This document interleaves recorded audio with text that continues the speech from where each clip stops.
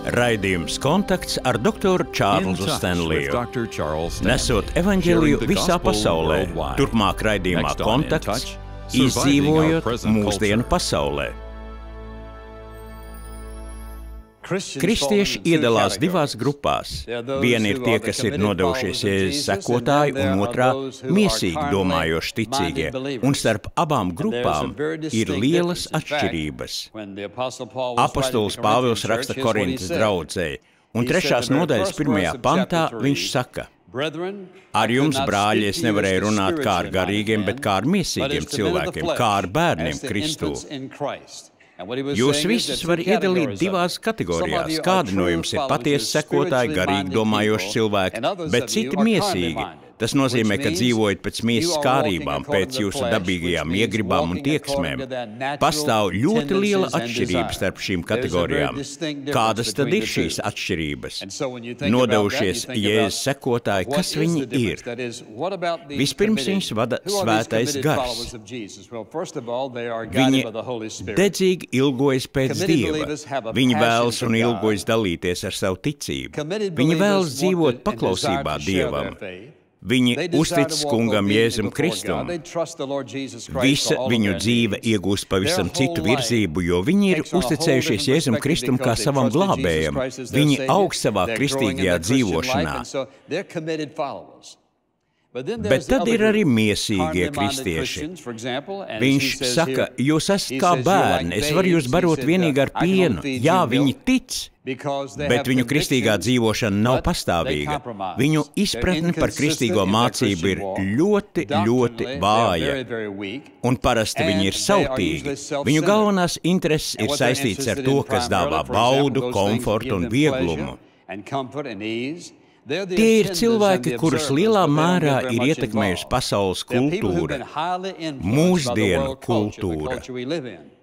Viņus maz interesē kalpošana Dievam, drīzāk jau sev pašiem, un kultūra, kurā viņi dzīvo, viņus ir ievilinājusi slazdā. Vienīgi tu vari izlemt, kurā no divām grupām tu iederēsies. Pāvils raksta jaunajam Titam, kurš ir kļuvis par mācītāju. Viņš dod padomus, kā izvēlēties vecajos un kā izveidot draudzes visā Krētas salā. Domājot par šo kultūru, ir svarīgi to zināt. Kultūra, kurā mēs dzīvojam, nav neko liela kristiešu draudzene. Tāpēc mums ir jājautā, kā lai dzīvojam kultūrā, kas ir pretrunā ar to, kam ticam, kuras paustais dzīvesveids tik ļoti atšķiras no mūsējā. Kā lai dzīvojam šādā kultūrā, neiekrītot tās gūstā un neļaujoties tās nomācošajam slogam? Un kā lai nekļūstam tai līdzīgi? Kā lai dzīvojam kultūrā, bet pāri tai? Par to arī vēlos runāt šajā svētrunā. Kā dzīvot šajā kultūrā, nekļūstot par daļu no tās. Aicināšu jūs atvērt īso Tita vēstuli. Ja atradīsiet vēstuli ebrejiem uz Bībeles beigām, tieši pirms tās ir arī vēstuli Titam, tikai 3 nodaļas, bet šī ir ļoti svarīga vēstule. Sākot ar 5. pantu, Pāvils raksta jaunajam mācītājam. Tādēļ es tevi atstāju Krētā, lai tu nokārtotu to, kas vēl atlika, un katrā pilsētā ieceltu presbiterus tā, kā es tev liku darīt. Viņš runā par to, kādus cilvēkus izvēlēties un meklēt, un tad 9. pantā viņš min kādu svarīgu īpašību. Viņam jārūpējas par sludināšanu, kas atbilst mācībai, lai viņš būtu spējīgs paskubināt veselīgā mācībā un atspēkot tos, kas runā pretim. Tad kā lai dzīvojam šajā kultūrā, tajā pašā laikā dzīvojot tai pāri? Kā lai dzīvojam starp tās ietekmi un neļaujoties ietekmēties?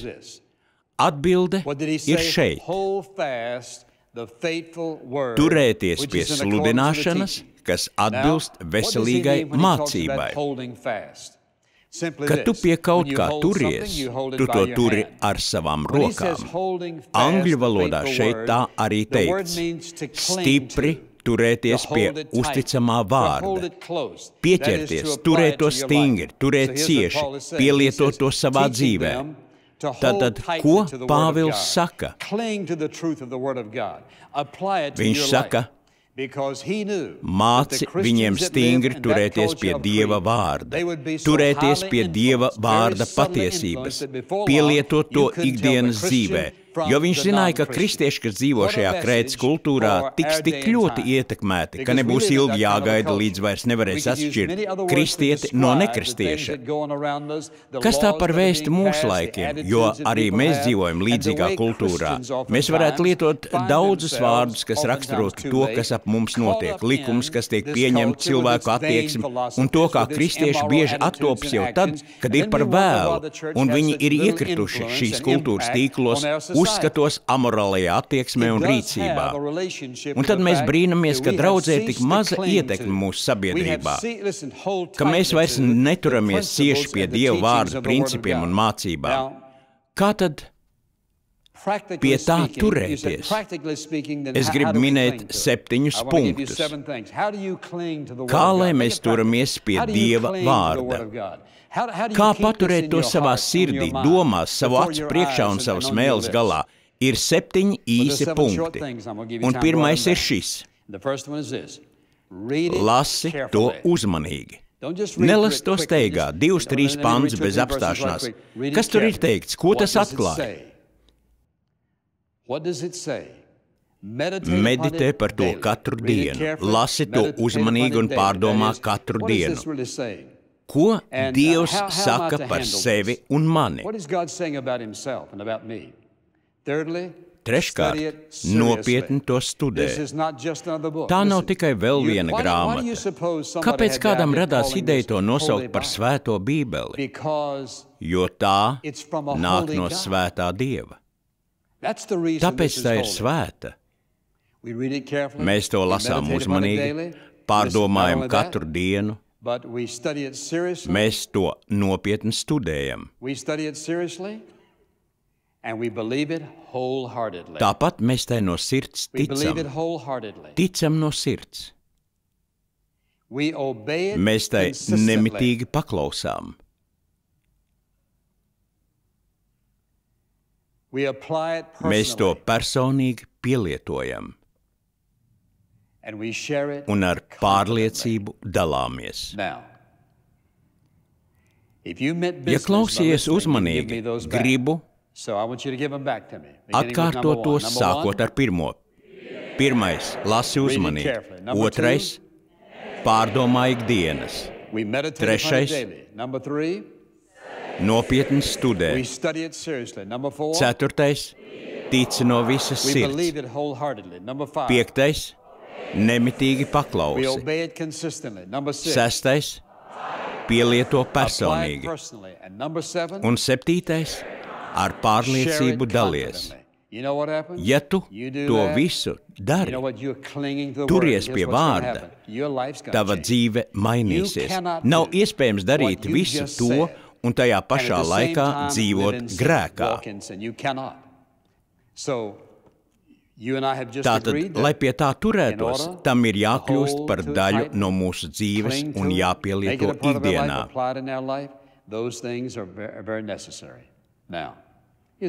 Un tad lielais jautājums. Bet ja es to nedaru? Ja nu es neturu Dieva vārdu dārgu un īpašu, kas tad notiek? Kā mūsdienu kultūra mūs tad iznīcina? Es gribu, lai jūs to pierakstītu. Es došu sarakstu. Pirmais. Ja tu neturies cieši pie Dieva vārda, tad kultūra piesaista tavu uzmanību. Un tas notiek dažādos veidos. Tev tiek piemestas dažādas idejas, lai piesaistītu tavu uzmanību. Tas ir pirmais. Otrakārt.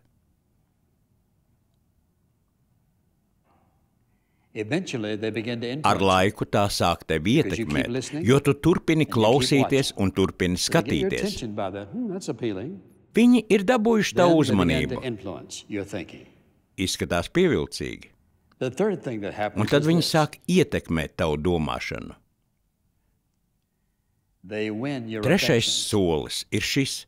Viņi iegūst tavu patikšanu. Tas, kas tevi sākumā neinteresēja, tagad ir piesaistījis tavu uzmanību, tevi tas interesē, un nākamais, kas notiek, tev tas jau sāk patikt. Kad ir iegūta tava patikšana, nākamais notiek. Mainās tavs fokus. Ja pirms tam tu biji vērsts uz garīgām lietām, tagad tu attopies kā arvien vairāk fokusējies uz apkārtējo kultūru. Ko cilvēki domā, ko saka, tavs fokus ir mainīts. Nākamais solis. Pirms pats tu to pamani, tas sāk dominēt tavās sarunās. Kultūra dominē tavās sarunās. Kas ir šī kinozvaigzne, kas ir šis spēlētājs, ko viņš ir uzvilcis, kas viņai mugurā. Citiem vārdiem sakot, tavas intereses ir novērstas uz citām lietām, līdz ar to kultūra dominē tavās sarunās. Vai zini, kas notiek pēc tam? Tiek ietekmēts tas, kā tu ģērbies. No. Tu tā nedomā? Došu kādu piemēru. Vēl nemaz netik senā pagātnē sievietes nēsāja blūzes, kas sniedzās līdz pat svārku augšmalē. Jūs saprotat, uz ko es tēmēju?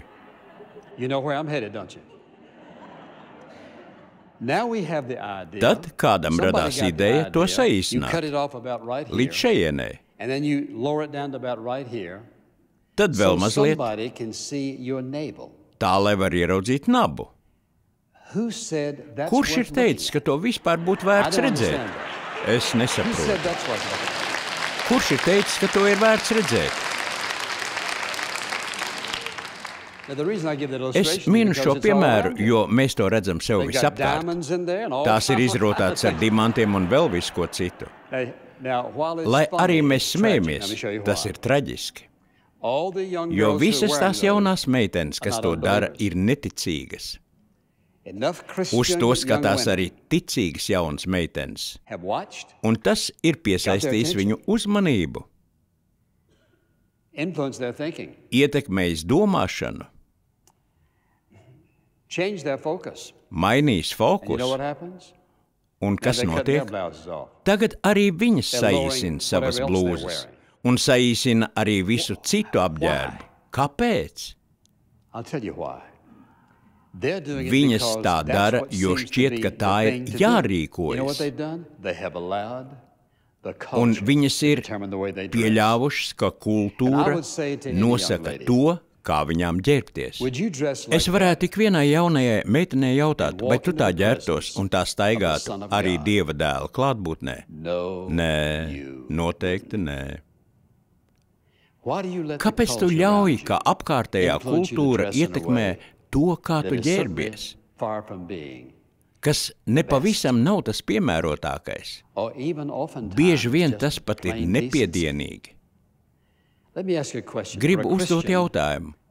Uz ko tu kā kristiete gribi, lai cilvēki skatītos? Kas ir miesas gaisma?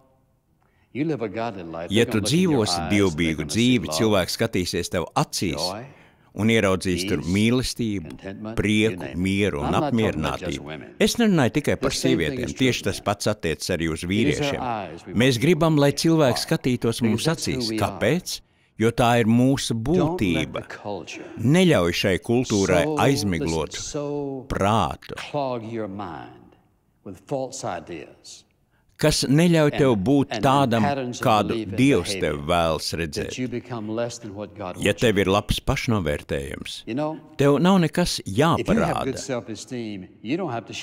Tas, ka tu vēlies atkailināties, norāda uz zemu pašnovērtējumu, un tev tas ir jādara, lai pievērstu cilvēku uzmanību. Viņi to ieraudzīs tavās acīs. Viņi to ieraudzīs tajā, kā tu izturies, un sajutīs tavā klātbūtnē. Tev nav jāizģērbjas, lai pievērstu viņu uzmanību. Tomēr kultūra pie tā strādā. Nosakot toni tavās sarunās, ietekmējot tavu ģērbšanos un arī ietekmējot tavu mūzikas izvēli. Nav pat mazāko šaubu, ka mūzika, kāda tā bieži mūsdienās skan, ir viens no galvenajiem sātana ieročiem. kā miljoniem jauniešu novērst no dievbijīgām domām, Dieva vārda, patiesības, pieklājības, morāles standartiem un dievbijības. Ir dažādi veidi mūzika. Kāds teiks, vai tad katram nav sava mīļākā mūzika? Pareizi. Ir dažāda veida mūzika, bet ko tā tev dod? Vai tā tevi mudina slavēt Dievu? Ir ļoti daudz tādu dziesmu, kas ir patīkams un nenodara nekādu fizisku ļaunumu. Tās tev paceļ un liek justies labāk. Bet ja tā uz tavu miesu iedarbojas kā juteklības izraisītājs, tad tev ir jājautā, no kurienes tā nāk? Tāpēc tev jābūt uzmanīgam, kā tu klausies, kā ģērbies. Pasaules kultūra ir iespiedusies ikvienā sabiedrības jomā. Viens no spēcīgākajiem ieročiem ir mūzika, apģērbs. Kāds sāk ģērbties vienā vai otrā veidā, un kāds cits saka, es gribu būt kā viņa. Tad pajautā, ko saka Dieva vārds? Ko saka Dieva vārds par pieticību un kārtību? Ko Dieva vārds saka par dievbijīgām sievietēm un dievbijīgiem vīriem? Tavs prāts tiks piepildīts ar juteklīgām un amorālām domām, kas atkārtosies atkal un atkal, līdz zini, kas notiks? Tu sāksi nodoties tam, ko redzi televīzijā. Un drīz tu jutīsi, ka iekāra ir kļuvusi tik izteikta, ka tā tevi tur gūstā. Vai nav interesanti, ka Sātans piedāvā šos satriecošos solījumus tikai tāpēc, lai tevi paverdzinātu ar to, ko tagad ienīsti un nespētu vairs to pāraut, jo tu norāvies no ankura? No dzīvā Dieva vārda. Viņi grib sabojāt tavu liecību. Kultūra vēlas aizvilkt tevi prom no Dieva. Kultūra nevar tevi atraut no Dieva grāmatas. Tā nevar tevi atraut no Dieva. Bet, kad tas notiek, tava liecība ir sabojāta. Tad tu esi kļuvis jau tik līdzīgs viņiem, ka vairs nav starpības. Tagad viņiem ir patīkama tava sabiedrība. Tu esi tik līdzīgs viņiem, ka vairs neliec viņiem iziet no komforta zonas. Kā tev iet? Prieks tevi redzēt. Ja iepriekš tu biji sāls un gaisma, tagad tu esi kļuvis tik ļoti līdzīgs viņiem, ka vairs nav atšķirības. Ja tu nepieķeries Dieva vārdam, tu nespēsi noturēties pie Dieva. Viņš mums deva šo grāmatu, viņš atklāja šo patiesību, kas mūs ne tikai glābi, bet arī pasargā. Ar laiku kultūra tevi sabojās, un tu vairs nebūsi derīgs Dieva valstībai.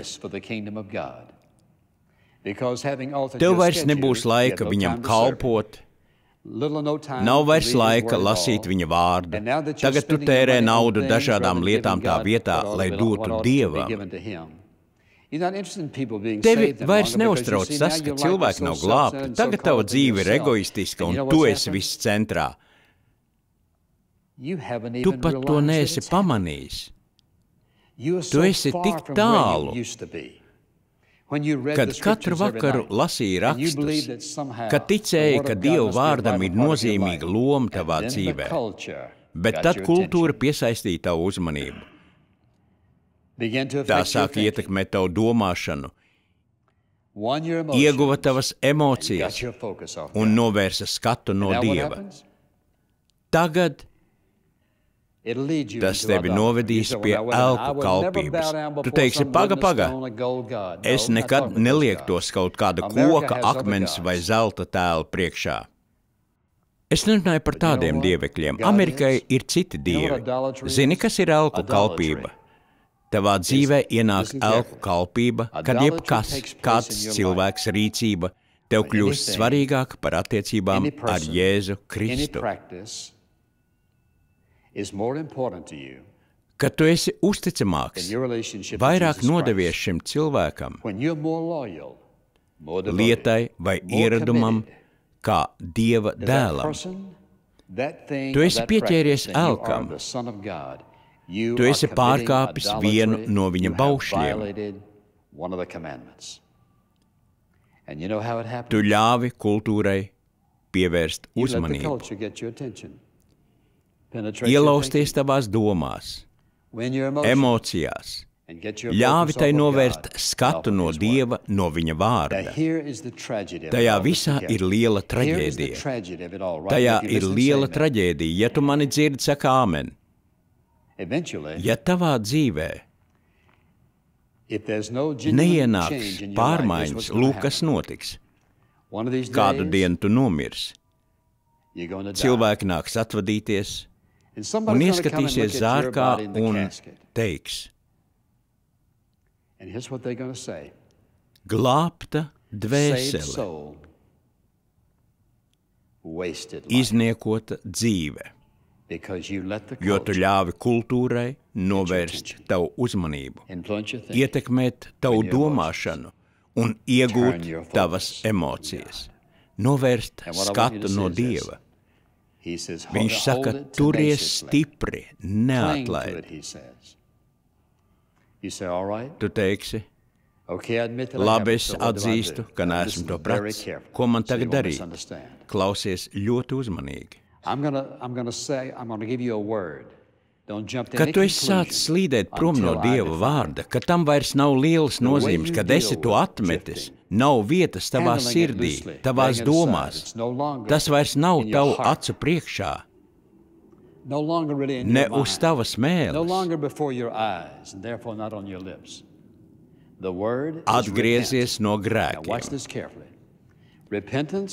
Šī atgriešanās, kas ietver sevī pārmaiņas un pagriešanos citā virzienā, nekad nebūs iespējama, ja tevī nebūs pareizās motivācijas. Ja tu nožēlo grēkus, novērsies no rīcības vai attieksmes, jo baidies no Dieva soda un tā, kas ar tevi var notikt, tad tas nedarbosies. Nepaies ilgs laiks un tu atkritīsi atpakaļ. Motivācijai būtu jābūt citai. Es gribu aizgriezties. Es gribu nožēlot šo grēku, jo tas mani skumdina, ka manas attiecības ar Dievu nav pareizas. Mani skumdina tas, ka esmu skumdinājis viņu. Mana sirds ir noskumusi, jo esmu mēģinājis dzīvot pa savam. Esmu mēģinājis pārliecināt un apstrīdēt sevi aizstāvēt, bet manas attiecības ar viņu ir sadragātas, jo tāda ir tava motivācija. Tad atgriešanās nesīs īstus augļus. Tā ir patiesība. Un ja tev ir kaut nedaudz patiesības atziņu, arī tu teiksi, jā, tā ir tiesa. Es gribu aicināt jūs kaut ko izdarīt, un ka jūs to atcerētos. Paņemiet rokā savu bībeli. Un ik viens būtu pārliecināts par to, kas mēs esam un kam ticam. Mēs ticam Bībelei. Mēs nesājam Bībeli līdzi, un mēs to arī praktizējam. Viens ir, ka kādiem šeit draudzē ir līdzi Bībele, bet es gribu teikt, mēs ne tikai ticam tam, bet mēs to arī praktizējam. Es palūkšu tos, kam līdzi ir Bībele, pacelt to gaisā. Pilnīgi visi. Lūk, kas mēs esam. Mēs dzīvojam pēc šīs grāmatas. Tā ir mūsu dzīves ankurs. Grāmata, ko mums dievišķā veidā devis visvarenais Dievs. Ja paskatīsimies sev apkārt, jūs redzēsiet, mums visiem ir katram savs eksemplārs. Starp mums vienmēr ir arī ciemiņi, kuri nevienmēr zina, ka tā jāpaņem līdzi. Bet ja tu esi draudzes loceklis, tad visticamāk tev līdzi ir sava Bībele. Mums ir vienīgi vienkārši pavēle, turies pie tās, piespied to pie krūtīm.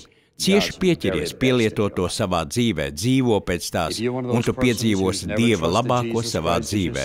Ja tu esi viens no tiem, kas nekad nav uzticējies Jēzum Kristum kā savam glābējam, ko tu teiksi viņam, kad stāvēs viņa priekšā? Viņš teiks, šis ir standarts, pēc kā es tevi tiesāju. Tu to esi atmetis. Tu esi noliedzis viņa dēlu, esi aizgriezies prom no viņa. Tu esi ļāvis kultūrai noteikt savu likteni. Ko tu viņam teiksi? Tev nebūs nekā ko teikt. Es gribu iedrošināt tevi lūgt, lai Kungs Jēzus Kristus piedod tev tavus grēkus un atzīst jau šodien viņam savu grēcīgumu. Tu nenāc pie viņa, jo tu esi pelnījis pestīšanu. Tu nāc lūgdams pēc žēlstības, tu vēlies, lai viņš tev piedotu un glābtu tevi no taviem grēkiem. Tu nodod sevi viņam, tu gribi dzīvot dievbijīgu dzīvi, tu gribi dzīvot pēc viņa prāta. Un zini, kas notiks? Viņš mainīs tavu dzīvi. Tas, kas tev pirms tam šķita svarīgi, zaudēs savu nozīmi. Tas, ko tu esi līdz šim atmetis, kļūs tev par lielāko dārgumu. Tēvs, mēs esam tik pateicīgi par šo dārgo grāmatu, šo neiznīcināmo, mūžīgo, uzticamo Dieva vārdu. Es lūdzu, ka tu nostiprinātu šo vēsti dziļi katra cilvēka sirdī, lai tā iespiežas sirdī, kas ir atkritusi, novirzījusies, dzīvo grēkā, zinot, ka šodien tā ir dzirdējusi patiesību.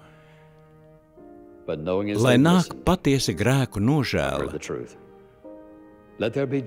un jauna, svaiga mīlestība, nodošanās, pieķeršanās vārdam.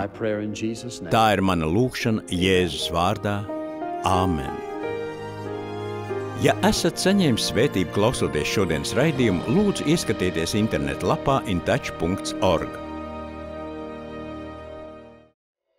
InTouch vada cilvēkus visā pasaulē dziļākās attiecībās ar Jēzu Kristu un stiprinot vietējo draudzi.